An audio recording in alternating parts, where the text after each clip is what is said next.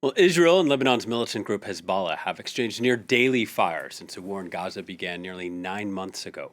And again, fresh cross border fire reported. This week saw fewer missiles fired, but an increase of threats from both sides, raising fears once more that the war could turn into a broader regional conflict. Hezbollah threatened to invade northern Israel if a full scale war did break out. Israel's military said it has operational plans for an offensive in Lebanon that have already been approved and validated.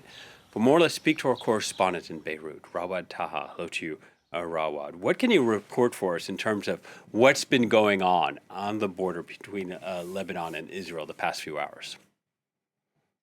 So for the past few hours, the border has been relatively calmer than usual. We've seen the usual exchange of fires, notably in the area that is directly adjacent to the border from both sides. So we've seen attacks from Hezbollah on the Israeli localities which are adjacent to the border. We've also seen airstrikes and Israeli bombardment to the Lebanese villages located also adjacent to the border in southern Lebanon. But we haven't seen any deep airstrikes by Israel up until now today into southern Lebanon, unlike the past few days. And we haven't seen any deep attacks into Israeli territory by Hezbollah as well today.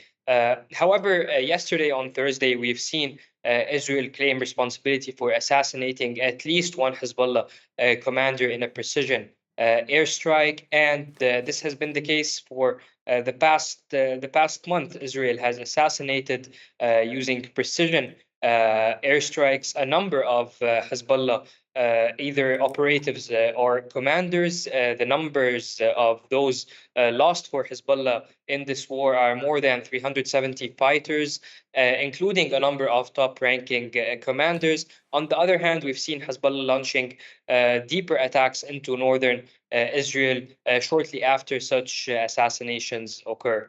A lot of world leaders urging restraint here, concerned that this could spill over into a broader conflict. What's the likelihood of escalation?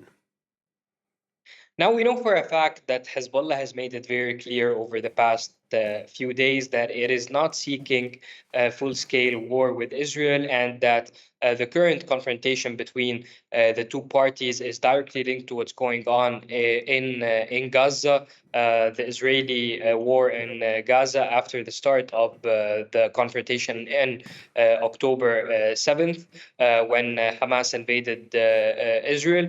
So we're looking at a very tense situation where Hezbollah is saying we are not ready to stop firing unless there is a ceasefire in Gaza. However, Hezbollah and its chief have also said that they do not seek a full-scale war. Now, what is becoming very evident by the day is that if there is no ceasefire achieved in Gaza within the next few weeks, it seems that an escalation or some sort of a larger confrontation between the two parties may become inevitable.